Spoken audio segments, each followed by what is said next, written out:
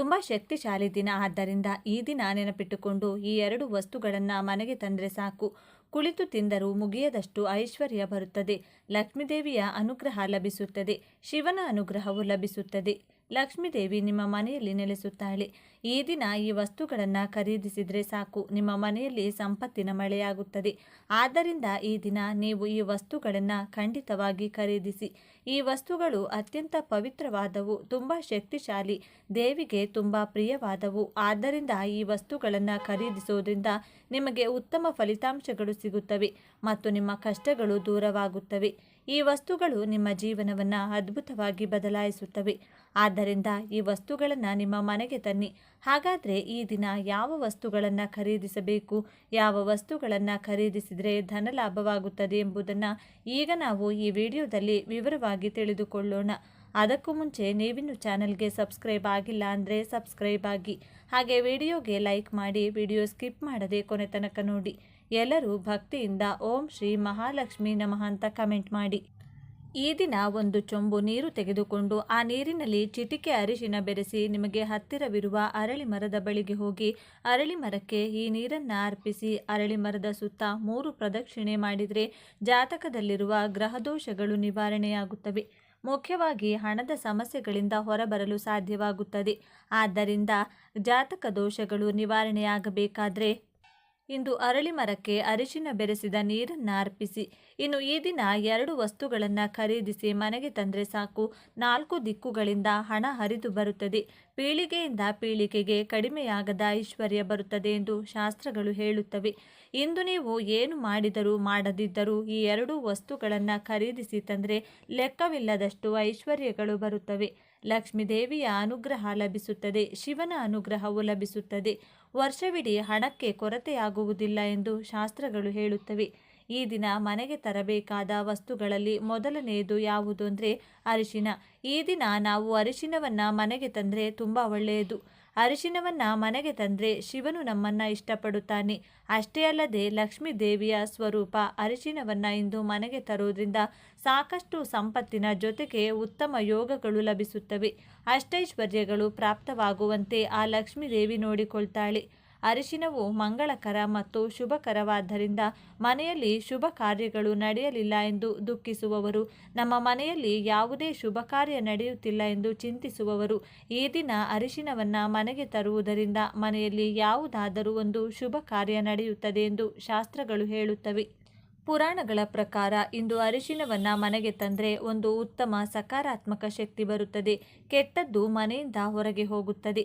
ಅರಿಶಿನವನ್ನು ದೇಹಕ್ಕೆ ಹಚ್ಚಿಕೊಂಡು ಸ್ನಾನ ಮಾಡಬಹುದು, ಅಥವಾ ಕಾಲುಗಳಿಗೆ ಹಚ್ಚಿಕೊಳ್ಳಬಹುದು, ಅಥವಾ ಪೂಜೆಗಳಿಗೆ ಉಪಯೋಗಿಸಿಕೊಳ್ಳಬಹುದು, ಅಥವಾ ಅಡುಗೆ ಮನೆಯಲ್ಲಿಟ್ಟುಕೊಂಡು ಅಡುಗೆಗಳಲ್ಲಿಯೂ ಬಳಸಬಹುದು. ನಿಮ್ಮ ಇಷ್ಟದಂತೆ ಹೇಗೆ ಬೇಕಾದರೂ ಬಳಸಬಹುದು. ಆದ್ದರಿಂದ ಈ ದಿನ ತಪ್ಪದೇ ಅರಿಶಿನವನ್ನು ಕೊಂಡು ಮನೆಗೆ ತಂದುಕೊಳ್ಳಿ. ನಾವು ಅರಿಶಿನದಿಂದ ಪರಿಹಾರ ಮಾಡೋಣ. ಸ್ವಲ್ಪ ಅರಿಶಿನವನ್ನು 1 ಲೋಟ ನೀರಿಗೆ ಹಾಕಿ ಈ ಅರಿಶಿನ ನೀರನ್ನು ಮನೆಯ ಹಾಲ್ನಲ್ಲಿ ಇಟ್ಟು ರಾತ್ರಿ ಇಡೀ ಹಾಗೆ ಬಿಟ್ಟು ಬೆಳಿಗ್ಗೆ ಆ ನೀರನ್ನು ತೆಗೆದುಕೊಂಡು ಹೋಗಿ ಹೊರಗೆ ಚೆಲ್ಲಿ. ಹೀಗೆ ಮಾಡಿದರೆ ನಿಮ್ಮ ಮನೆಯಲ್ಲಿರುವ ಎಲ್ಲ ದುರದೃಷ್ಟವೂ ಹೊರಗೆ ಹೋಗುತ್ತದೆ. ನೀವು ಅದೃಷ್ಟವಂತರಾಗುತ್ತೀರಿ.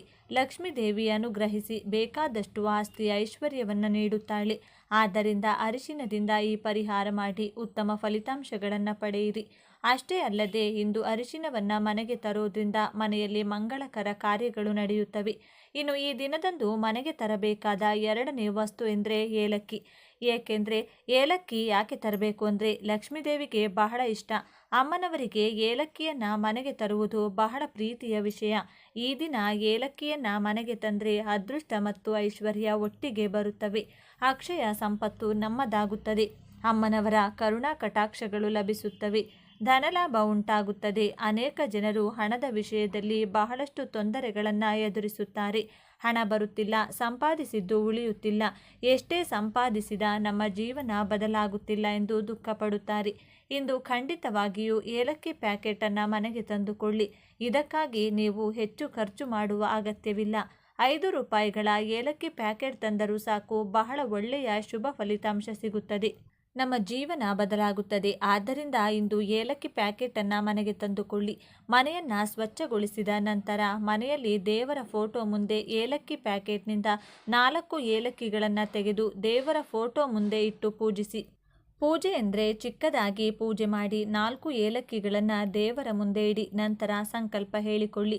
ದೇವರೇ, ನನಗೆ ಹಣ ಬೇಕು, ನಮಗೆ ಹಣ ಪ್ರವಾಹದಂತೆ ಬರಬೇಕು, ಹಣಕ್ಕೆ ಕೊರತೆ ಇರಬಾರದು, ತೊಂದರೆಗಳು ದೂರವಾಗಬೇಕು ಎಂದು ಸಂಕಲ್ಪ ಹೇಳಿಕೊಳ್ಳಿ. ನಂತರ ಆ 4 ಏಲಕ್ಕಿಗಳನ್ನು ತೆಗೆದು ಮನೆಯವರೆಲ್ಲರೂ ಒಂದೊಂದು ತಿನ್ನಿ. 4 ಏಲಕ್ಕಿಗಳನ್ನು ಹಾಕಬೇಕಾಗಿಲ್ಲ. ನಿಮ್ಮ ಮನೆಯಲ್ಲಿ ಎಷ್ಟು ಜನ ಇದ್ದಾರೋ ಅಷ್ಟು ಏಲಕ್ಕಿಗಳನ್ನು ಹಾಕಿ ನಂತರ ಒಬ್ಬೊಬ್ಬರು ಒಂದೊಂದು ಕಾಯಿಯನ್ನು ತಿನ್ನಿ.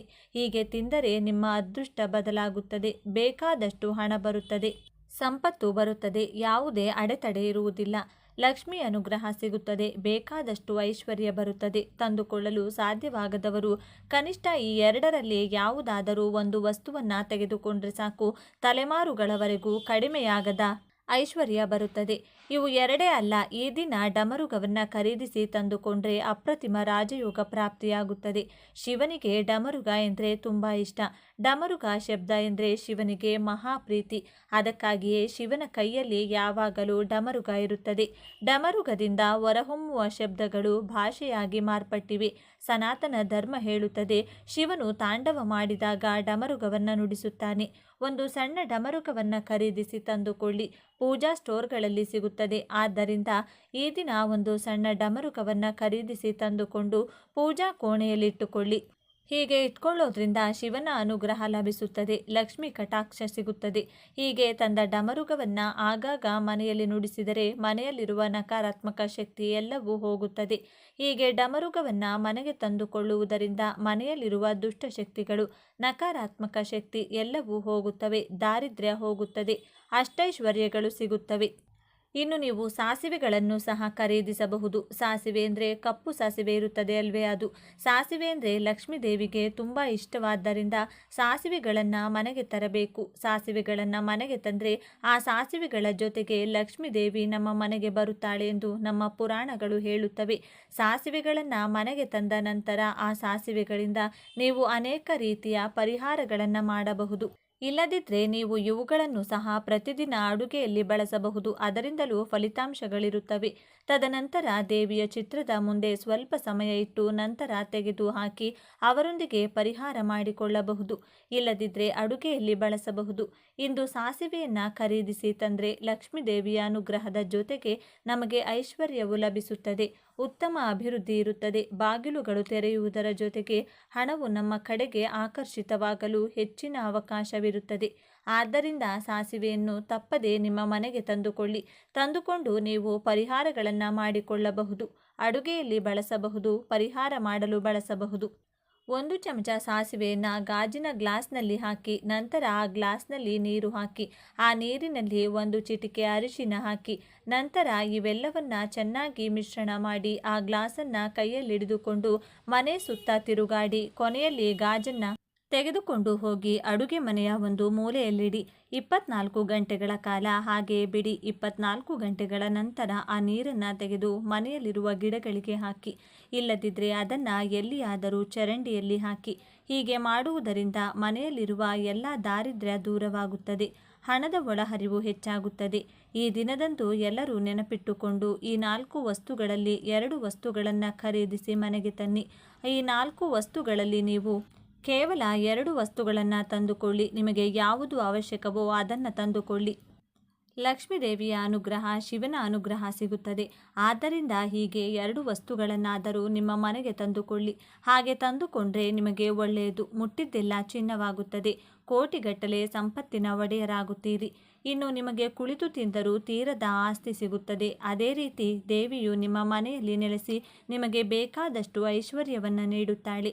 ಆದ್ದರಿಂದ ನೀವು ಈ 2 ವಸ್ತುಗಳನ್ನು ತಂದುಕೊಳ್ಳಿ. ಶುಭ ಫಲಿತಾಂಶಗಳನ್ನು ಪಡೆಯಿರಿ, ಆನಂದದಿಂದ ಜೀವಿಸಿರಿ. ಇವತ್ತಿನ ವಿಡಿಯೋವನ್ನು ಮುಗಿಸ್ತಾ ಇದ್ದೇನೆ. ಎಲ್ಲರಿಗೂ ಶುಭವಾಗಲಿ.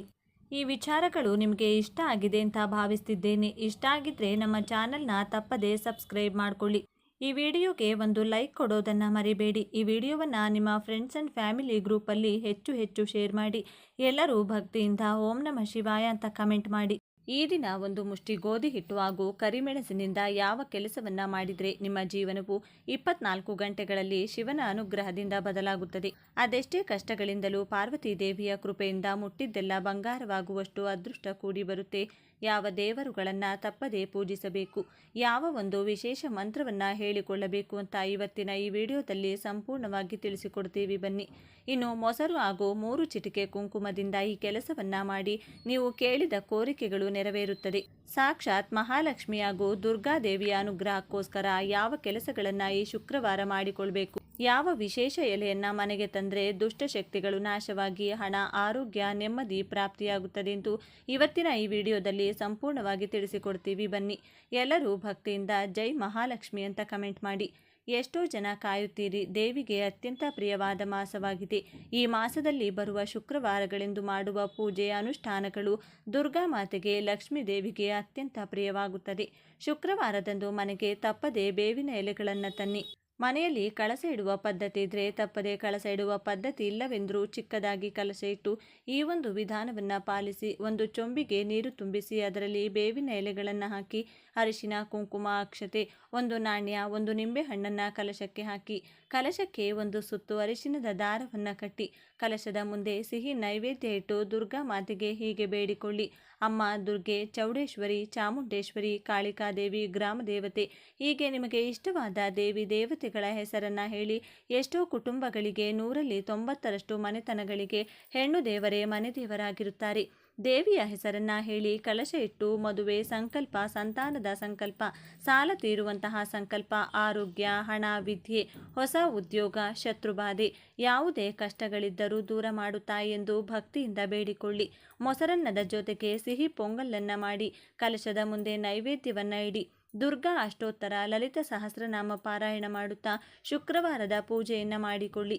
ಈ ಒಂದು ವಿಧಿವಿಧಾನವನ್ನು, ವಿಶೇಷ ಪೂಜೆಯನ್ನು ಯಾವ ಸಮಯದಲ್ಲಿ ಮಾಡಿಕೊಳ್ಬೇಕು ಅಂತ ನೋಡೋದಾದರೆ ಬೆಳಗ್ಗೆ 4:30ರಿಂದ 5:30, ಬೆಳಗ್ಗೆ 6ರಿಂದ 7 ಗಂಟೆ, ಬೆಳಗ್ಗೆ 9ರಿಂದ 10:20 ಈ ಸಮಯದಲ್ಲಿ ನೀವು ದುರ್ಗಾ ಮಾತೆಯ ಪೂಜೆ ಅಥವಾ ಕಲಶ ಪ್ರತಿಷ್ಠಾಪನೆಯನ್ನು ಮಾಡಿಕೊಳ್ಳಬಹುದು. ಕಲಶ ಇಟ್ಟು ಪೂಜೆ ಮಾಡಲು ಸಾಧ್ಯವಾಗದಿದ್ದವರು ಏನು ಮಾಡಬೇಕು? ಕುಂಕುಮವನ್ನು ದುರ್ಗಾದೇವಿಯ ಮುಂದೆ ಒಂದು ಬಟ್ಟಲು ಅಥವಾ ತಟ್ಟೆಯಲ್ಲಿಟ್ಟು ಆ ತಟ್ಟೆಗೆ ಕುಂಕುಮವನ್ನು ಹಾಕುತ್ತಾ ದುರ್ಗಾ ಅಷ್ಟೋತ್ತರ ಅಥವಾ ಅಭಿರಾಮಿ ಸ್ತೋತ್ರ ಪಾರಾಯಣ ಮಾಡಿ ಯೂಟ್ಯೂಬ್ನಲ್ಲಿ ಹಾಕಿಕೊಂಡು ಈ ಅಭಿರಾಮಿ ಸ್ತೋತ್ರದ ಆಡಿಯೋವನ್ನು ಕೇಳಿ. ದುರ್ಗಾದೇವಿಯ ಫೋಟೋ ನಿಮ್ಮ ಮನೆಯಲ್ಲಿದ್ದರೆ ದೇವಿಯ ಮುಂದೆ ಕುಳಿತು ಈ ಪೂಜೆಯನ್ನು ಮಾಡಿಕೊಳ್ಳಿ. ಇಲ್ಲವಾದರೆ ಮನಸ್ಸಿನಲ್ಲಿಯೇ ನಿಮ್ಮ ಇಷ್ಟವಾದ ದೇವಿಯನ್ನು ಸ್ಮರಿಸಿ ಅಭಿರಾಮಿ ಸ್ತೋತ್ರವನ್ನು ಕೇಳುತ್ತಾ ಕುಂಕುಮಾರ್ಚನೆಯನ್ನು ಅತ್ಯಂತ ಸರಳವಾಗಿ ಮಾಡಿಕೊಳ್ಳಿ. ಬಳಿಕ ಆ ಕುಂಕುಮವನ್ನು ಇಡೀ ಕುಟುಂಬ ಹಣೆಗಿಟ್ಟುಕೊಳ್ಳಿ. ಪೂಜೆಯಲ್ಲಿ ದೇವಿಗೋಸ್ಕರ ಹಾಲಿಗೆ ಕಲ್ಲು ಸಕ್ಕರೆ ಹಾಕಿಡಿ. ವೀಳ್ಯದೆಲೆ, ಬಾಳೆಹಣ್ಣು, ಬಳೆ, ನಾಣ್ಯಗಳನ್ನು ಇಟ್ಟು ಹಣದ ಅಭಿವೃದ್ಧಿಯಾಗಲಿ, ಬಡತನ ದೂರವಾಗಲಿ, ಮನೆಯ ಯಜಮಾನ ಅಂದರೆ ನಿಮ್ಮ ಪತಿಗೆ ಸಕಲ ದಿಕ್ಕುಗಳಿಂದಲೂ ಯಶಸ್ಸು, ಅದೃಷ್ಟ ಕೂಡಿ ಬರಲಿ ಎಂದು ನಮಸ್ಕಾರ ಮಾಡಿಕೊಳ್ಳಿ. ಶುಕ್ರವಾರ ರಾಹುಕಾಲ ಕಾಲದಲ್ಲಿ ದುರ್ಗಾದೇವಿಯ ದೇವಸ್ಥಾನಕ್ಕೆ ಮೊಸರನ್ನ ನೈವೇದ್ಯ ಮಾಡಿಕೊಂಡು ದೇವಿಯ ಮುಂದೆ ಇಟ್ಟು ಪೂಜೆ ಮಾಡಿಸಿ. ಬಳಿಕ ಅಲ್ಲಿ ಬಂದಿರುವಂತಹ ಭಕ್ತರಿಗೆ ನಿಮ್ಮ ಕೈಯಿಂದ ಹಂಚಿ. ಗ್ರಾಮ ದೇವತೆಗೆ ಬೇವಿನ ಎಲೆ, ನಿಂಬೆಹಣ್ಣಿನ ದೀಪದ ಆರತಿಗಳನ್ನು ಅರ್ಪಿಸಿ. ಶುಕ್ರವಾರ ವಾರಾಹಿ ದೇವಿಯನ್ನು ನೆನೆದು ವಾರಾಹಿ ದೇವಿಯ ಮಂತ್ರಗಳನ್ನು ಹೇಳಿಕೊಳ್ಳಬಹುದು. ಮೈಸೂರು ಶ್ರೀ ಚಾಮುಂಡೇಶ್ವರಿ ಬೆಟ್ಟವಾಗಿರಬಹುದು, ದುರ್ಗಾ ಮಾತೆಯ ಶಕ್ತಿ ಕ್ಷೇತ್ರಗಳನ್ನಾಗಿರಬಹುದು. ಮೆಟ್ಟಲು ಸೇವೆ ಮಾಡುತ್ತಾ ಅಂತ ದೇವಿಗೆ ಶುಕ್ರವಾರಗಳಲ್ಲಿ ಸೀರೆ, ಬಳೆ, ಮಡಿಲಕ್ಕಿ ಕೊಡ್ತೀನಿ ಅಂತ ನಿಮ್ಮ ಕೋರಿಕೆಗೆ ತಕ್ಕಂತೆ ಹರಕೆಗಳನ್ನು ಮಾಡಿಕೊಳ್ಳಿ. ಲಕ್ಷ್ಮೀದೇವಿಯ ಅದೃಷ್ಟ ಹಾಗೂ ಐಶ್ವರ್ಯವನ್ನು ಕರುಣಿಸಲು ಶುಕ್ರವಾರಗಳಂದು ಒಂದೇ ಒಂದು ತಾವರೆ ಪುಷ್ಪವನ್ನು ದೇವಿಯ ಮುಂದಿಟ್ಟು ಲಕ್ಷ್ಮಿ ಅಷ್ಟೋತ್ತರ, ವಿಷ್ಣು ಸಹಸ್ರನಾಮ ಎರಡನ್ನೂ ಕೂಡ ಜೊತೆಯಲ್ಲಿ ಕೇಳಿ. ದೇವಿಗೆ ಆಗಿನಿಂದ ಮಾಡಿದ ಪಾಯಸ, ಸಿಹಿ ಪಾಯಸವನ್ನು ಅರ್ಪಿಸಿ. ಮಹಾಲಕ್ಷ್ಮಿ ಜೊತೆಗೆ ವೆಂಕಟೇಶ್ವರ ಸ್ವಾಮಿಗೆ ಪಚ್ಚ ಕರ್ಪೂರದ ಆರತಿ ಬೆಳಗಿ ಸಾಲದ ಜೀವನದಿಂದ ಮುಕ್ತಿ ದೊರೆತು ಹಣದ ವಿಸ್ಮಯಗಳು ನಿಮ್ಮ ಬದುಕಿನಲ್ಲಿ ನಡೆಯಲಿ ಎಂದು ಭಕ್ತಿಯಿಂದ ಮಹಾಲಕ್ಷ್ಮಿ ದೇವಿಗೆ ಬೇಡಿಕೊಳ್ಳಿ. ಶ್ರೀಚಕ್ರ ಇರುವ ದೇವಿ ಆಲಯಗಳಿಗೆ ಶುಕ್ರವಾರಗಳಂದು ಭೇಟಿ ನೀಡಿ ದರ್ಶನ ಪಡೆದರೆ ಜೀವನದಲ್ಲಿ ಎಂದಿಗೂ ಶತ್ರು ಬಾಧೆಗಳು ಬಾಧಿಸುವುದಿಲ್ಲ. ಮಾಟಮಂತ್ರ, ದುಷ್ಟಶಕ್ತಿಗಳ ಕಾಟದಿಂದ ಬೇಸತ್ತಿದ್ರೆ ತಪ್ಪದೆ ಶುಕ್ರವಾರಗಳಂದು ದುರ್ಗಾದೇವಿಯ ದೇವಸ್ಥಾನಗಳಲ್ಲಿ ಎಳನೀರಿನಿಂದ ಅಭಿಷೇಕ ಮಾಡಿಸಿ ಗೋರಂಟಿ ಅಂದರೆ ಮೆಹಂದಿಯನ್ನು ಈ ಶುಕ್ರವಾರ ಕೈಗೆ ಹಾಕಿಕೊಂಡ್ರೆ ದುರ್ಗಾದೇವಿಯ ಜೊತೆಗೆ ಮಹಾಲಕ್ಷ್ಮಿಯ ಅನುಗ್ರಹ ಸಿಗುತ್ತದೆ. ದೇಹದಲ್ಲಿನ ವಿಷಕಾರಿ ಜಂತುಗಳು ಇದರಿಂದ ಸಾಯುತ್ತವೆಂದು ವಿಜ್ಞಾನ ಹೇಳುತ್ತದೆ. ಮೆಹಂದಿಯನ್ನು ಈ ಶುಕ್ರವಾರದಂದು ಕೈಗೆ ಹಚ್ಚಿಕೊಂಡ್ರೆ ಗಂಡನಿಗೆ ಆಯಸ್ಸು, ಆರೋಗ್ಯ, ಅದೃಷ್ಟ ಕೂಡ ವೃದ್ಧಿಯಾಗುತ್ತದೆ. ಮೆಹಂದಿ ಎಲೆಗಳು ಸಿಕ್ಕರೆ ಸ್ವಲ್ಪ ಅರಿಶಿನ ಬೆರೆಸಿ ನಿಮ್ಮ ಕೈನಿಂದ ಅರೆದು ಕೈಗೆ ಹಚ್ಚಿಕೊಳ್ಳಿ. ಮೊದಲು ತಿಳಿಸಿದ ಕಳಸ ಪೂಜೆಯನ್ನು ಶುಕ್ರವಾರ ಮಾಡಿರ್ತೀನಿ. ಮರುದಿನ ಶನಿವಾರ ಕಳಸ ವಿಸರ್ಜನೆಯನ್ನು ಬೆಳಗ್ಗೆ ಮಾಡಿಕೊಳ್ಳಬಹುದು. ಕಳಸದಲ್ಲಿದ್ದಂತಹ ನಿಂಬೆಹಣ್ಣು, ಎಲೆ, ನೀರನ್ನು ಮರದ ಬುಡಕ್ಕೆ ಹಾಕಿ ನಾಣ್ಯವನ್ನು ಪೂಜಾ ಕೋಣೆಯಲ್ಲಿಟ್ಟಿಟ್ಟುಕೊಳ್ಳಿ. ಶುಕ್ರವಾರ ಸಾಂಬ್ರಾಣಿ ಧೂಪವನ್ನು ಮನೆಯಲ್ಲಿ ಹಾಕಿ ಮನೆಗೆ ಮುತ್ತೈದೆಯರನ್ನು ಕರೆಸಿ ಅರಿಶಿನ, ಕುಂಕುಮ, ತಾಂಬೂಲ, ರವಿಕೆ, ಹಣವನ್ನು ಕೊಟ್ಟು ಅವರ ಆಶೀರ್ವಾದವನ್ನು ಪಡೆದುಕೊಳ್ಳಿ. ಇದರಿಂದ ಸುಮಂಗಲಿ ತತ್ವ ನಿಮಗೆ ವೃದ್ಧಿಯಾಗುತ್ತದೆ. ಮಹಾಲಕ್ಷ್ಮೀ ದೇವಿಯು ಮುತ್ತೈದೆಯರ ಮೂಲಕ ಮನೆಗೆ ಪ್ರವೇಶ ಮಾಡುತ್ತಾಳೆ. ಇನ್ನು ಮೊದಲು ವಾಯುಪುತ್ರ ಆಂಜನೇಯನ ಗುಡಿಗೆ ಹೋಗಿ ಆತನ ದರ್ಶನ ಪಡೆದು ಪ್ರದಕ್ಷಿಣೆ ಮಾಡಿ ಎಳ್ಳೆಣ್ಣೆಯ ದೀಪಗಳನ್ನು ಹಚ್ಚಿ. ಇದರಿಂದ ಅಸಾಧ್ಯವಾದ ಕೆಲಸಗಳು ಕೂಡ ಸಾಧ್ಯವಾಗುತ್ತದೆ. ಕೆಲಸಗಳು ಸುಲಭವಾಗುತ್ತದೆ. ದುಷ್ಟಶಕ್ತಿಗಳ ನಾಶವಾಗುತ್ತದೆ. ಶತ್ರು ಭಯ, ಆರೋಗ್ಯ ಸಮಸ್ಯೆಗಳಿಂದ ವಿಶೇಷ ರಕ್ಷಣೆ ಆಂಜನೇಯನಿಂದ ನಿಮಗೆ ಪ್ರಾಪ್ತಿಯಾಗುತ್ತದೆ. ಈ ದಿನ ನೀವು ಯಾವುದೇ ಅನುಷ್ಠಾನಗಳನ್ನು ಮಾಡಿದರೂ ದೃಷ್ಟಿ ತೆಗೆಯಲು ಮಾಡುವಂಥ ಪರಿಹಾರಗಳನ್ನು ಮಾಡಿದರೆ ಅತಿ ಬೇಗನೆ ಫಲ ನೀಡುತ್ತದೆ. ಈ ದಿನ ಪಿತೃಗಳ ಸೇವೆ ಮಾಡಿದರೆ, ಪಿತೃಗಳ ಸ್ಮರಣೆಯನ್ನು ಮಾಡಿಕೊಂಡ್ರೆ ತುಂಬ ಒಳ್ಳೆಯದು. ಭಗವಂತನು ಪಿತೃಗಳ ಸ್ಮರಣೆ ಮಾಡಬೇಕು. ಕೇವಲ ಪಿತೃಪಕ್ಷದಲ್ಲಷ್ಟೇ ಅಲ್ಲದೆ ಪ್ರತಿ ತಿಂಗಳು ಬರುವಂತಹ ಇಂತಹ ಅಮಾವಾಸ್ಯೆಗಳಂದು ಪಿತೃತರ್ಪಣವನ್ನು ನೀಡುತ್ತಾ ಬಂದರೆ ಪಿತೃಗಣಗಳು ಸಂತೃಪ್ತಗೊಂಡು ಇಡೀ ಕುಟುಂಬಕ್ಕೆ ಆರಿಸುತ್ತಾರೆ.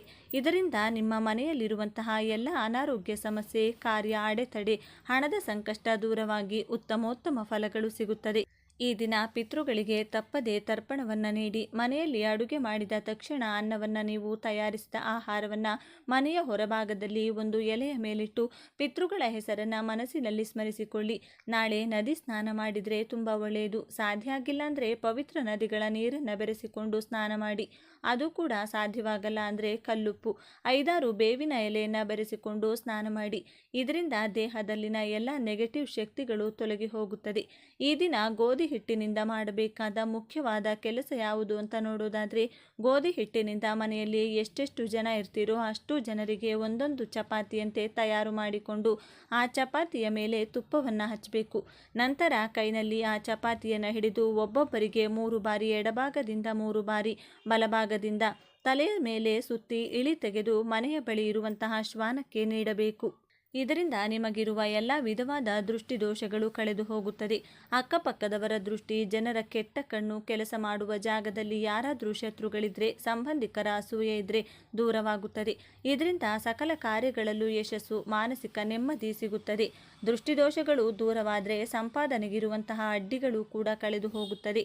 ಮನೆಯಲ್ಲಿ ಒಂದು ತಟ್ಟೆಯ ಮೇಲೆ ಬೇವಿನ ಎಲೆಗಳನ್ನಿಟ್ಟು ಅದರ ಮೇಲೆ ಮಣ್ಣಿನ ದೀಪವನ್ನು ಹಚ್ಚಿ ದೀಪಕ್ಕೆ ಎಳ್ಳೆಣ್ಣೆಯ ಜೊತೆಗೆ ಸ್ವಲ್ಪ ಕುಂಕುಮವನ್ನು ಹಾಕಿ ನಿಮ್ಮ ಕುಲದೇವರಲ್ಲಿ ಹೆಣ್ಣು ದೇವರುಗಳಿದ್ರೆ ಪ್ರಾರ್ಥನೆ ಮಾಡಿಕೊಳ್ಳಿ. ಇಲ್ಲವಾದರೆ ಗ್ರಾಮ ದೇವತೆಗೆ ನಮಸ್ಕಾರ ಮಾಡಿಕೊಂಡು ಈ ದೀಪವನ್ನು ಹಚ್ಚಿ. ಮನೆಯಲ್ಲಿನ ಎಲ್ಲ ನೆಗೆಟಿವ್ ಶಕ್ತಿಗಳು ಕಳೆದು ಅನೇಕ ಮೂಲಗಳಿಂದ ಧನಗಮನವಾಗುತ್ತದೆ. ಇದರ ಜೊತೆಗೆ ಮನೆಗೆ ಸಮೀಪವಿರುವಂತಹ ಗ್ರಾಮ ದೇವತೆಯ ಆಲಯಕ್ಕೆ ನಿಮ್ಮ ಕೈನಿಂದ ತಯಾರು ಮಾಡಿದ ನಿಂಬೆಹಣ್ಣಿನ ಚಿತ್ರಾನ್ನವನ್ನಾಗಿರಬಹುದು, ಮೊಸರನ್ನವಾಗಿರಬಹುದು ಕೊಟ್ಟು ವಿಶೇಷವಾಗಿ ಮನೆಯ ಸದಸ್ಯರ ಹೆಸರನ್ನು ಹೇಳುತ್ತಾ ಪೂಜೆಯನ್ನು ಮಾಡಿಸಿ. ನಂತರ ಪ್ರಸಾದವನ್ನು ಅಲ್ಲಿ ಬಂದಂತಹ ಭಕ್ತರಿಗೆ ನಿಮ್ಮ ಕೈನಿಂದ ಹಂಚಿ ದೇವಿ ದೇಗುಲದಲ್ಲಿ ಸಿಗುವ ಕುಂಕುಮವನ್ನು ಮನೆಗೆ ತಂದು ಹಣೆಗೆ ತಿಲಕವಾಗಿಡುತ್ತಾ ಬನ್ನಿ. ಇದರಿಂದ ಮುಂದಿನ ಗ್ರಾಮ ದೇವತೆಯ ರಕ್ಷಣೆ ನಿಮ್ಮ ಇಡೀ ಕುಟುಂಬಕ್ಕೆ ಸದಾ ಇರುತ್ತದೆ. ಈ ದಿನದಂದು ಮನೆಯಲ್ಲಿ ಶಿವಲಿಂಗ ಇತ್ತು ಅನ್ನೋದಾದರೆ ಕಪ್ಪು ದ್ರಾಕ್ಷಿ ರಸಕ್ಕೆ ಕಪ್ಪು ಮೆಣಸಿನ ಕಾಳುಗಳನ್ನು ಬೆರೆಸಿ ಅಭಿಷೇಕ ಮಾಡಿದರೆ ಶತ್ರುಗಳೆಲ್ಲ ಸಮೂಹವಾಗಿ ನಶಿಸಿ ಹೋಗ್ತಾರೆ. ಶತ್ರುಗಳು ಮಾಡಿಸುವಂಥ ಮಾಟಮಂತ್ರ ಆಗಿರಬಹುದು, ದುಷ್ಟಶಕ್ತಿಗಳ ಕಾಟ ಆಗಿರಬಹುದು, ಅವರಿಗೆ ರಿವರ್ಸ್ ಆಗುತ್ತದೆ. ಆ ವ್ಯಕ್ತಿಯಿಂದ ನಿಮಗಾಗುವಂಥ ತೊಂದರೆಗಳು ಶಾಶ್ವತವಾಗಿ ನಿಂತು ಹೋಗುತ್ತದೆ. ಈ ದಿನ ಸಾಧ್ಯವಾದರೆ ಶಿವನ ದೇಗುಲಕ್ಕೆ ಹೋಗಿ ಶಿವಪ್ಪನ ದರ್ಶನ ಮಾಡಿ ಮನೆಗೆ ಬನ್ನಿ. ಇನ್ನೂ ಸಾಧ್ಯವಾಗುತ್ತೆ ಅಂದರೆ ಕಾಲಭೈರವನ ದರ್ಶನ ಮಾಡಿಕೊಳ್ಳಿ. ಈ ದಿನದಂದು ಪುಸ್ತಕಗಳನ್ನು ದಾನವಾಗಿ ನೀಡಿ, ಧಾನ್ಯಗಳನ್ನು ದಾನವಾಗಿ ನೀಡಿ, ವಸ್ತ್ರ ದಾನವನ್ನು ಮಾಡಿ. ಇದರಿಂದ ಸಕಲ ಪಾಪಗಳು ನಶಿಸಿ ಪುಣ್ಯಫಲ ಪ್ರಾಪ್ತಿಯಾಗುತ್ತದೆ. ಇನ್ನು ಕೊನೆಯದಾಗಿ ಈ ಒಂದು ಮಂತ್ರವನ್ನು ಈ ದಿನ ಕೇವಲ 21 ಬಾರಿ ಹೇಳಿಕೊಂಡು ಶತ್ರುಗಳ ಹೆಸರನ್ನು ಸ್ಮರಿಸಿದರೆ ಅವರಿಂದ ಆಗುವಂತಹ ಎಲ್ಲ ಸಮಸ್ಯೆಗಳು ಕಾಟಗಳು ನಿಂತು ಹೋಗುತ್ತದೆ. ಕೆಟ್ಟ ದೃಷ್ಟಿ ಮಾಟ ಮಂತ್ರದ ಸಮಸ್ಯೆಗಳು ಕಳೆದು ಶತ್ರುಗಳು ಕೂಡ ನಿಮಗೆ ಮಿತ್ರರಾಗಿ ಪರಿವರ್ತನೆ ಆಗ್ತಾರೆ. ಈ ಒಂದು ಮಂತ್ರ ಈ ವಿಧವಾಗಿದೆ: ಓಂ ರಾಮ ಪರಶುರಾಮ ನರಸಿಂಹ ವಿಷ್ಣು ವಿಕ್ರಮ ನಮೋ ನಮಃ. ಮತ್ತೊಮ್ಮೆ ಹೇಳ್ತೀವಿ ಕೇಳಿ: ಓಂ ರಾಮ ಪರಶುರಾಮ ನೃಸಿಂಹ ವಿಷ್ಣು ವಿಕ್ರಮ ನಮೋ ನಮಃ.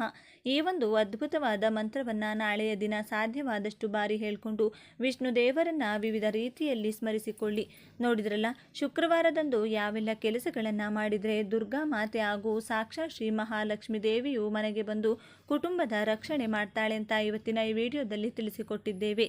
ಈ ಮಾಹಿತಿ ನಿಮಗೆ ಇಷ್ಟವಾದರೆ ಜೈ ದುರ್ಗಾ ಮಾತೆ ಜೈ ಮಹಾಲಕ್ಷ್ಮಿ ದೇವಿ ಅಂತ ಬರೆದು ಈ ವಿಡಿಯೋವನ್ನು ಪ್ರತಿಯೊಬ್ಬರಿಗೂ ಶೇರ್ ಮಾಡಿ. ಮುಂದಿನ ಬಾರಿ ಮತ್ತೊಂದು ವಿಶೇಷ ದೈವ ಮಾಹಿತಿಯೊಂದಿಗೆ ನಿಮ್ಮ ಚಾನಲ್ ಮೂಲಕ ಭೇಟಿಯಾಗೋಣ. ಧನ್ಯವಾದಗಳು ಸ್ನೇಹಿತರೆ. ಜೀವನದಲ್ಲಿ ಕೆಲವೊಮ್ಮೆ ನಿಮ್ಮ ಸುತ್ತಲೂ ಇರುವ ದಾರಿಗಳೆಲ್ಲವೂ ಮುಚ್ಚಿ ಹೋದಂತೆ ಅನಿಸುತ್ತದೆ.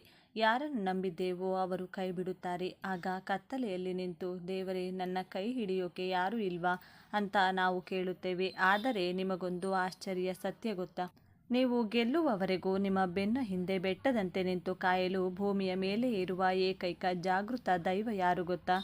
ಅವನೇ ನಮ್ಮ ಕಲಿಯುಗದ ಕಾವಲುಗಾರ, ಅಪಾರ ಶಕ್ತಿ ಮತ್ತು ಭರವಸೆಯ ಸಂಕೇತ, ಮಹಾವೀರ ಹನುಮಂತ. ಕೋಟಿ ಕೋಟಿ ಭಕ್ತರು ಆಂಜನೇಯನನ್ನ ಕಣ್ಣು ಮುಚ್ಚಿ ಯಾಕೆ ನಂಬುತ್ತಾರೆ ಗೊತ್ತಾ? ಯಾಕೆಂದರೆ ಅವನು ಕೇವಲ ದೇವರಲ್ಲ, ಆಂಜನೇಯನಿಗೆ ಎಂತಹದ್ದೇ ಅಸಾಧ್ಯವಾದದ್ದನ್ನು ಸಾಧಿಸುವ ಶಕ್ತಿ ಇರುವುದು. ಕೇವಲ ಅವನ ಭುಜಬಲದಲ್ಲಿ ಅಲ್ಲ, ಬದಲಾಗಿ ರಾಮನಾಮದ ಮೇಲಿರುವ ಅವನ ಅಚಲವಾದ ನಂಬಿಕೆಯಲ್ಲಿ. ಕಷ್ಟ ಎಂದು ಕೂಗಿದ ತಕ್ಷಣ ಓಡಿ ಬರುವ ಆತನ ಕರುಣೆಯೇ ಭಕ್ತರ ಅತಿ ದೊಡ್ಡ ಬಲ. ಇವತ್ತು ಹನುಮಂತನ ಬದುಕಿನ ದೈವಿಕ ಮ್ಯಾಜಿಕ್ಕನ್ನು ನೋಡೋಣ. ಎಷ್ಟೇ ದೊಡ್ಡ ಕಷ್ಟವಿದ್ದರೂ ಅದನ್ನು ಕರಗಿಸುವಂತಹ ಆಂಜನೇಯನ ಒಂದು ಗುಪ್ತ ಪೂಜಾ ರಹಸ್ಯವನ್ನು ನಾನು ನಿಮಗೆ ತಿಳಿಸಿಕೊಡಲಿದ್ದೇನೆ. ಇದು ನಿಮ್ಮ ಮನಸ್ಸಿನಲ್ಲಿರುವ ಭಯವನ್ನು ಇವತ್ತೇ ದೂರ ಓಡಿಸುವುದು ಖಂಡಿತ. ಹನುಮಂತನಿಗೆ ಆ ಅದ್ಭುತ ಶಕ್ತಿ ಎಲ್ಲಿಂದ ಬಂತು? ಆ ಕತೆ ಶುರುವಾಗುವುದೇ ಒಂದು ವಿಶಿಷ್ಟವಾದ ಜನನದಿಂದ. ಬನ್ನಿ ನೋಡೋಣ. ಎಲ್ಲರೂ ಭಕ್ತಿಯಿಂದ ಜೈ ಹನುಮಾನ್ ಅಂತ ಕಮೆಂಟ್ ಮಾಡಿ. ಹನುಮಂತನ ಶಕ್ತಿ ಏನು ಅಂತ ತಿಳಿಯಬೇಕಾದ್ರೆ ಮೊದಲು ಅವನು ಹುಟ್ಟಿದ ಹಿನ್ನೆಲೆಯನ್ನು ನಾವು ಅರಿಯಬೇಕು. ಅಂಜನಾದೇವಿ 12 ವರ್ಷಗಳ ಕಾಲ ಕೇವಲ ಗಾಳಿಯನ್ನು ಮಾತ್ರ ಸೇವಿಸಿ ಶಿವನಿಗಾಗಿ ಘೋರ ತಪಸ್ಸು ಮಾಡಿದಳು. ಅಂಜನಾದೇವಿಯ ನಿಷ್ಕಲ್ಮಶ ಭಕ್ತಿಗೆ ಮೆಚ್ಚಿ ಸಾಕ್ಷಾತ್ ವಾಯುದೇವನೇ ಪರಶಿವನ ದಿವ್ಯ ತೇಜಸ್ಸನ್ನು ಒಂದು ಸುಂದರ ಆಶೀರ್ವಾದದ ರೂಪದಲ್ಲಿ ಅವಳ ಮಡಿಲಿಗೆ ತಂದು ಸೇರಿಸಿದ. ಆ ವಾಯುದೇವನ ಕೃಪೆಯಿಂದಲೇ ಜನಿಸಿದ ಕಾರಣ ಆಂಜನೇಯನನ್ನು ನಾವೆಲ್ಲರೂ ಭಕ್ತಿಯಿಂದ ವಾಯುಪುತ್ರ ಎಂದು ಆರಾಧಿಸುತ್ತೇವೆ. ಸ್ನೇಹಿತರೆ, ವಾಯು ಅಥವಾ ಗಾಳಿಯ ಅತಿ ದೊಡ್ಡ ಗುಣ ಏನು ಗೊತ್ತಾ? ಅದನ್ನು ಜಗತ್ತಿನಲ್ಲೇ ಯಾರಿಂದಲೂ ಕಟ್ಟಿ ಹಾಕಲು ಸಾಧ್ಯವಿಲ್ಲ. ಉರಿಯುವ ಬೆಂಕಿಯನ್ನು ನೀರಿನಿಂದ ಆರಿಸಬಹುದು, ಹರಿಯುವ ನೀರನ್ನು ಅಣೆಕಟ್ಟು ಕಟ್ಟಿ ನಿಲ್ಲಿಸಬಹುದು. ಆದರೆ ಬೀಸುವ ಗಾಳಿಯನ್ನು ತಡೆಯುವ ಶಕ್ತಿ ಬ್ರಹ್ಮಾಂಡದಲ್ಲಿ ಯಾರಿಗಾದರೂ ಇದೆಯಾ? ಖಂಡಿತ ಇಲ್ಲ. ಹನುಮಂತನ ವ್ಯಕ್ತಿತ್ವ ಕೂಡ ಅಷ್ಟೇ. ಅವನ ದಾರಿಯಲ್ಲಿ ಸಮುದ್ರ ಅಡ್ಡ ಬಂತು, ಅದನ್ನು ಹಾರಿ ಬೆಂಕಿಯ ಬಂತು. ಲಂಕೆಯನ್ನು ಸುಟ್ಟು ಬಿಟ್ಟ. ಪರ್ವತ ಅಡ್ಡಿ ಬಂತು, ಅದನ್ನೇ ಬೇರು ಸಹಿತ ಕಿತ್ತು ತಂದು ಬಿಟ್ಟ. ಕಟ್ಟಿ ಹಾಕಲು ಅವನು ಸಾಮಾನ್ಯನಲ್ಲ, ಅವನು ಬಿರುಗಾಳಿ. ಈ ವಾಯು ತತ್ವ ನಮಗೆ ಜೀವನದ ಅತಿ ದೊಡ್ಡ ಪಾಠವನ್ನು ಕಲಿಸುತ್ತದೆ. ನಾವು ಜೀವನದಲ್ಲಿ ಒಂದು ಚಿಕ್ಕ ಕಷ್ಟ ಅಥವಾ ಸೋಲು ಎದುರಾದ ತಕ್ಷಣ ಅಯ್ಯೋ ದಾರಿ ಮುಚ್ಚಿ ಹೋಯಿತು ಅಂತ ಅಂದುಕೊಂಡು ಬಿಡುತ್ತೇವೆ. ಆದರೆ ಒಮ್ಮೆ ಗಾಳಿಯನ್ನು ಗಮನಿಸಿ. ಅದರ ದಾರಿಯಲ್ಲಿ ಒಂದು ದೊಡ್ಡ ಬಂಡೆಕಲ್ಲು ಅಡ್ಡ ಬಂದರೆ ಗಾಳಿ ಅಲ್ಲಿಯೇ ನಿಂತು ಬಿಡುತ್ತದೆಯೇ? ಇಲ್ಲ. ಅದು ಆ ಬಂಡೆಯ ಪಕ್ಕದಿಂದಲೋ ಮೇಲಿಂದಲೋ ಸದ್ದಿಲ್ಲದೆ ತನ್ನ ದಾರಿಯನ್ನು ಹುಡುಕಿಕೊಂಡು ಬಿಡುತ್ತದೆ. ನಮ್ಮ ಬದುಕು ಕೂಡ ಹೀಗೆ ಇರಬೇಕು. ಕಷ್ಟಗಳು ಅಡ್ಡ ಬಂದಾಗ ನಿಂತು ಆಳುವುದನ್ನು ಬಿಟ್ಟು ಗಾಳಿಯಂತೆ ಹೊಸ ದಾರಿ ಹುಡುಕುವ ಛಲವನ್ನು ಯಾರು ಬೆಳೆಸುತ್ತಾರೋ ಅವರೇ ನಿಜವಾದ ವಾಯುಪುತ್ರನ ಭಕ್ತರು. ಬಾಲ ಹನುಮಂತ ಸೂರ್ಯನನ್ನೇ ಹಣ್ಣು ಎಂದು ನಂಬಿ ಹಾರಿದ ಕತೆ ಕೇವಲ ತುಂಟತನವಲ್ಲ, ಅದು ಅಡೆತಡೆಗಳಿಗೆ ಎದರದೆ ಗಾಳಿಯಂತೆ ಇದ್ದಂಗೆ ಸೂರ್ಯನನ್ನು ಮುಟ್ಟಬಲ್ಲೆವು ಎನ್ನುವುದರ ಅದ್ಭುತ ಸಂಕೇತ. ಇಷ್ಟೆಲ್ಲ ಅಪಾರ ಶಕ್ತಿ ಇರುವ ಹನುಮಂತ ರಾಮನಿಗೆ ಹೇಗೆ ಹತ್ತಿರವಾದ? ಆ ಶಕ್ತಿ ಭಕ್ತಿಯಾಗಿ ಹೇಗೆ ಬದಲಾಯಿತು? ಬನ್ನಿ ನೋಡೋಣ. ಸ್ನೇಹಿತರೆ, ಪ್ರಪಂಚದಲ್ಲಿ ಎಷ್ಟೋ ಸಂಬಂಧಗಳನ್ನು ನಾವು ನೋಡಿದ್ದೇವೆ. ಆದರೆ ಭಗವಂತ ಮತ್ತು ಭಕ್ತನ ನಡುವೆ ಕೇವಲ ಅಪಾರವಾದ ನಂಬಿಕೆ ಮತ್ತು ಆನಂದವೇ ತುಂಬಿರುವ ಒಂದು ದೃಶ್ಯವನ್ನು ಊಹಿಸಿಕೊಳ್ಳಿ. ರಾಮ ಮತ್ತು ಹನುಮಂತನ ಬಾಂಧವ್ಯ ಇಂತಹದ್ದೇ, ಒಂದು ಅದ್ಭುತ. ಅದು ಕೇವಲ ಒಡೆಯ ಮತ್ತು ಸೇವಕನ ಸಂಬಂಧವಾಗಿರಲಿಲ್ಲ, ಅದು ಪ್ರೀತಿ ಮತ್ತು ಶರಣಾಗತಿಯ ಸಂಕೇತ. ಒಂದು ಸುಂದರ ದೃಶ್ಯವನ್ನು ಕಲ್ಪಿಸಿಕೊಳ್ಳಿ. ಲಂಕೆಯ ಮೂಲೆ ಮೂಲೆಯನ್ನು ಹುಡುಕಿ ಸೀತಾಮಾತೆಯ ಕುರುಹನ್ನು ತಂದು ಹನುಮಂತ ಅತ್ಯಂತ ಖುಷಿಯಿಂದ ರಾಮನ ಕೈಗಿಡುತ್ತಾನೆ. ಆ ಕ್ಷಣದಲ್ಲಿ ರಾಮನ ಮುಖದಲ್ಲಿ ಮೂಡಿದ ಆನಂದಕ್ಕೆ ಪಾರವೇ ಇರಲಿಲ್ಲ. ತಾನು ನಂಬಿದ್ದ ಭಕ್ತ ಅತಿ ದೊಡ್ಡ ಗೆಲುವು ತಂದುಕೊಟ್ಟಿದ್ದ. ಸಾಮಾನ್ಯವಾಗಿ ಒಬ್ಬ ರಾಜ ಇಂತಹ ದೊಡ್ಡ ಶುಭ ಸುದ್ದಿ ತಂದ ದೂತನಿಗೆ ವಜ್ರ ವೈಡೂರ್ಯಗಳನ್ನು ಉಡುಗೊರೆಯಾಗಿ ಕೊಡುತ್ತಾನೆ. ಆದರೆ ಇಡೀ ಬ್ರಹ್ಮಾಂಡದ ಒಡೆಯನಾದ ರಾಮನ ಮುಖದಲ್ಲಿ ಮಂದಹಾಸ ಬೀರುತ್ತಾ ಅಪಾರವಾದ ಹೆಮ್ಮೆಯಿಂದ ಹೇಳುತ್ತಾನೆ, ಹನುಮ, ನೀನು ತಂದ ಈ ಸಂತೋಷಕ್ಕೆ, ನಿನ್ನ ಈ ವಿಶ್ವಾಸಕ್ಕೆ ಸಾಟಿಯಾದ ಯಾವ ಸಂಪತ್ತು ನನ್ನ ಬಳಿ ಇಲ್ಲ. ನಿನಗೆ ಉಡುಗೊರೆಯಾಗಿ ಕೊಡಲು ನನ್ನ ಬಳಿ ಇರುವುದು ಈ ಪ್ರೀತಿಯ ಆಲಿಂಗನ ಮಾತ್ರ. ಹೀಗೆ ಹೇಳುತ್ತಾ ಅತ್ಯಂತ ಸಂಭ್ರಮದಿಂದ ತನ್ನ 2 ಕೈಗಳನ್ನು ಚಾಚಿ ಆ ವಾನರನನ್ನು ಬಿಗಿಯಾಗಿ ಅಪ್ಪಿಕೊಳ್ಳುತ್ತಾನೆ. ಆ ಅಪ್ಪುಗೆಯಲ್ಲಿ ಅಚಲವಾದ ನಂಬಿಕೆ ಮತ್ತು ಗೆಲುವಿನ ಖುಷಿಯಿತ್ತು. ಹನುಮಂತನಿಗೆ ಆ ಕ್ಷಣದಲ್ಲಿ ಇಡೀ ಬ್ರಹ್ಮಾಂಡದ ಆಸ್ತಿ ಸಿಕ್ಕಷ್ಟು ಸಂಭ್ರಮವಾಗಿತ್ತು. ಯಾವಾಗ ನಾವು ನಮ್ಮ ಕೆಲಸವನ್ನು ನಿಸ್ವಾರ್ಥವಾದ ಪ್ರೀತಿಯಿಂದ ಮಾಡುತ್ತೇವೋ ಆಗ ಭಗವಂತನು ಒಲಿಯುತ್ತಾನೆ. ಇಲ್ಲಿ ನಮಗೆ ಸಿಗುವ ಸಂದೇಶ ಏನು? ಜೀವನದಲ್ಲಿ ನಾವು ಸದಾ ನನಗೆ ಅದು ಬೇಕು ಇದು ಬೇಕು ಎಂದು ದೇವರ ಬಳಿ ವ್ಯಾಪಾರ ಮಾಡುತ್ತೇವೆ. ಆದರೆ ಹನುಮಂತ ಹೇಳಿಕೊಡುವುದು ನಿಷ್ಕಲ್ಮಶ ಪ್ರೀತಿಯನ್ನು. ಈ ನಿಷ್ಕಲ್ಮಶ ಪ್ರೀತಿಯ ಅತಿ ದೊಡ್ಡ ಪರೀಕ್ಷೆ ನಡೆದದ್ದು ಯಾವಾಗ ಗೊತ್ತಾ? ಭಗವಂತನಾದ ಶ್ರೀರಾಮನು ತನ್ನ ಭೂಲೋಕದ ಅವತಾರವನ್ನು ಪೂರ್ಣಗೊಳಿಸಿ ತನ್ನ ನಿಜ ಸ್ವರೂಪವನ್ನು ತಾಳಿ ತನ್ನ ಸಾಮ್ರಾಜ್ಯಕ್ಕೆ ಹೊರಟಿದ್ದನು. ಆ ಹೊತ್ತಿನಲ್ಲಿ ಆತನು ತನ್ನ ಪರಮ ಭಕ್ತನನ್ನು ಪ್ರೀತಿಯಿಂದ ಕರೆದು, ಹನುಮ ಬಾ, ನಿನ್ನಂತಹ ಶ್ರೇಷ್ಠ ಭಕ್ತನಿಗೆ ನನ್ನ ಸಾಮ್ರಾಜ್ಯದಲ್ಲಿಯೇ ಮೊದಲ ಸ್ಥಾನವಿದೆ, ನನ್ನ ಜೊತೆ ಬಂದು ಬಿಡು ಎಂದನು. ರಾಮನ ಆ ಮಾತನ್ನು ಕೇಳಿದ ಕೂಡಲೇ ಹನುಮಂತ ಅತ್ಯಂತ ಮುಗ್ಧತೆಯಿಂದ ಭಗವಂತನಲ್ಲಿ ಒಂದು ಪ್ರಶ್ನೆ ಕೇಳುತ್ತಾನೆ. ಪ್ರಭು, ನೀನು ಕರೆದುಕೊಂಡು ಹೋಗುತ್ತಿರುವ ಆ ಲೋಕದಲ್ಲಿ ಬೆಳಗ್ಗೆಯಿಂದ ಸಂಜೆಯವರೆಗೂ ನಿನ್ನ ರಾಮ ರಾಮ ಎಂಬ ನಾಮಸ್ಮರಣೆ ಇರುತ್ತದೆಯೇ? ಅಲ್ಲಿ ನಿನ್ನ ಈ ದಯಾಮಯನಾದ ಮಾನವ ರೂಪದ ಕಥೆಗಳನ್ನು ಯಾರಾದರೂ ಹೇಳುತ್ತಾರೆಯೇ? ಆಗ ರಾಮನು ನಸುನಕ್ಕು, ಇಲ್ಲ ಹನುಮ, ಅಲ್ಲಿ ನಾನು ಚತುರ್ಭುಜನಾದ ಪರಮಾತ್ಮ. ಅಲ್ಲಿ ಭೂಮಿಯ ಮೇಲಿರುವಂಥ ನಿನ್ನ ರಾಮನ ಕಥೆಗಳಾಗಲಿ ಭಜನೆಯಾಗಲಿ ಅಲ್ಲಿರುವುದಿಲ್ಲ ಎಂದು ಉತ್ತರಿಸುತ್ತಾನೆ. ಇದನ್ನು ಕೇಳಿದ ಮರುಕ್ಷಣವೇ ಹನುಮಂತನು 2 ಹೆಜ್ಜೆ ಹಿಂದಕ್ಕೆ ಸರಿದು ಭಾವುಕನಾಗಿ ಹೇಳುತ್ತಾನೆ, ಕ್ಷಮಿಸು ಪ್ರಭು, ನಿನ್ನ ಹೆಸರಿಲ್ಲದ, ನಿನ್ನ ಕಥೆಗಳಿಲ್ಲದ ಆ ಬಂಗಾರದ ಅರಮನೆ ನನಗೆ ಬೇಡ. ಬದಲಾಗಿ ಈ ಭೂಮಿಯ ಮೇಲೆ ಎಲ್ಲಿಯವರೆಗೆ ಒಬ್ಬ ಸಾಮಾನ್ಯ ಮನುಷ್ಯ ಭಕ್ತಿಯಿಂದ ನಿನ್ನ ರಾಮನಾಮವನ್ನು ಹೇಳುತ್ತಿರುತ್ತಾನೋ ಅಲ್ಲಿಯವರೆಗೆ ನಾನು ಕಣ್ಣಿಗೆ ಕಾಣದಂತೆ ಇದೇ ಭೂಮಿಯಲ್ಲೇ ಉಳಿದು ನಿನ್ನ ಆ ಹೆಸರನ್ನು ಕೇಳುತ್ತಿರುತ್ತೇನೆ. ಸ್ನೇಹಿತರೆ, ಗಮನಿಸಿ, ಯಾವಾಗ ನಾವು ನಮ್ಮ ಕೆಲಸವನ್ನು ಹಾಗೂ ನಮ್ಮವರನ್ನು ಯಾವುದೇ ಪ್ರತಿಫಲಾಪೇಕ್ಷೆ ಇಲ್ಲದೆ ಪ್ರೀತಿಸಲು ಶುರು ಮಾಡುತ್ತೇವೋ ಆಗ ಭಗವಂತನಿಗೆ ನಮ್ಮ ಮೇಲೆ ಅಪಾರವಾದ ನಂಬಿಕೆ ಹುಟ್ಟುತ್ತದೆ. ಆ ನಂಬಿಕೆಯೇ ನಮ್ಮ ಕೈಬಿಡದೆ ಕಾಯುವ ದೈವಿಕ ಶಕ್ತಿಯಾಗುತ್ತದೆ. ಹಾಗಾದರೆ ಈಗಲೂ ನಮ್ಮ ನಡುವೆ ಅದೃಶ್ಯವಾಗಿರುವ ಆ ಹನುಮಂತನನ್ನು ನಾವು ಸಂಪರ್ಕಿಸುವುದು ಹೇಗೆ? ಬನ್ನಿ, ವಿಡಿಯೋದ ಆರಂಭದಲ್ಲಿ ನಾನು ಹೇಳಿದ ಆ ಪೂಜಾ ರಹಸ್ಯವನ್ನು ಈಗ ತಿಳಿಯೋಣ. ಈ ಪೂಜೆಗೆ ಬೇಕಾಗಿರುವುದು ಬಂಗಾರವಲ್ಲ, ಬೆಳ್ಳಿಯಲ್ಲ, ಕೇವಲ ಒಂದು ವೀಳ್ಯದೆಲೆ. ಯಾಕೆ ವೀಳ್ಯದೆಲೆ ಗೊತ್ತಾ? ಅಶೋಕವನದಲ್ಲಿ ಸೀತಾಮಾತೆ ಹನುಮಂತನಿಗೆ ಆಶೀರ್ವಾದ ಮಾಡುವಾಗ ತನ್ನ ಬಳಿ ಏನೂ ಇಲ್ಲದೆ ಪಕ್ಕದಲ್ಲಿದ್ದ ವೀಳ್ಯದೆಲೆಯನ್ನೇ ತೆಗೆದು ಅವನ ತಲೆಯ ಮೇಲೆ ಇಟ್ಟಿದ್ದಳಂತೆ. ಅಂದಿನಿಂದ ಆಂಜನೇಯನಿಗೆ ಆ ಎಲೆ ಅಂದರೆ ಬಹಳ ಇಷ್ಟ. ಮಂಗಳವಾರ ಅಥವಾ ಶನಿವಾರ ಸಂಜೆ ನಿಮ್ಮ ಮನೆದೇವರ ಕೋಣೆಯಲ್ಲಿ ಒಂದು ದೀಪಕ್ಕೆ ಎಳ್ಳೆಣ್ಣೆ ಅಥವಾ ಹಸುವಿನ ತುಪ್ಪದ ದೀಪ ಹಚ್ಚಿ ಒಂದು ಶುದ್ಧವಾದ ವೀಳ್ಯದೆಲೆಯನ್ನು ತೆಗೆದುಕೊಳ್ಳಿ. ಅದರ ಮೇಲೆ ಸ್ವಲ್ಪ ಸಿಂಧೂರವನ್ನು ಇಡಿ. ಅದನ್ನು ಹನುಮಂತನ ಫೋಟೋದ ಮುಂದಿಟ್ಟು ಭಕ್ತಿಯಿಂದ ಕೈಮುಗಿದು ಶ್ರೀರಾಮ ಜಯ ರಾಮ ಜಯ ಜಯ ರಾಮ ಎಂದು ಮನಸ್ಸಿನಲ್ಲೇ ಜಪಿಸಿ. ಈ ರೀತಿ ಶರಣಾದ ಭಕ್ತನಿಗೆ ವಾಯುಪುತ್ರ ಕಾವಲಾಗಿರುತ್ತಾನೆ. ಸ್ನೇಹಿತರೆ, ಹನುಮಂತ ಎಂದರೆ ಕೇವಲ ಪುರಾಣದ ಕಥೆಯಲ್ಲ, ಅವನು ಅಂತರಂಗದಲ್ಲಿರುವ ವಿಶ್ವಾಸ ಮತ್ತು ಧೈರ್ಯ. ಕಷ್ಟಗಳನ್ನು ನೋಡಿಯ ಈ ಕಷ್ಟ ಎನ್ನುವ ಬದಲು ನನ್ನ ಜೊತೆ ಆಂಜನೇಯನಿದ್ದಾನೆ ಎಂದು ಘರ್ಜಿಸಿ. ಭಕ್ತಿಯಿಂದ ಕಮೆಂಟ್ ಬಾಕ್ಸ್ನಲ್ಲಿ ಜೈ ಬಜರಂಗಬಲಿ ಅಥವಾ ಜೈ ಶ್ರೀರಾಮ್ ಎಂದು ಬರೆಯಿರಿ. ಈ ಕತೆ ನಿಮಗೆ ಅಪಾರವಾದ ಧೈರ್ಯವನ್ನು ತಂದಿದೆ ಎಂದು ನಾನು ನಂಬಿದ್ದೇನೆ. ನಮ್ಮ ಸಂಸ್ಕೃತಿಯ ಇಂತಹ ಅದ್ಭುತ ಮಾಹಿತಿಗಾಗಿ ನಮ್ಮ ಚಾನೆಲ್ಗೆ ಸಬ್ಸ್ಕ್ರೈಬ್ ಆಗಿ. ಮುಂದಿನ ಸಂಚಿಕೆಯಲ್ಲಿ ಸಿಗೋಣ. ಧನ್ಯವಾದಗಳು.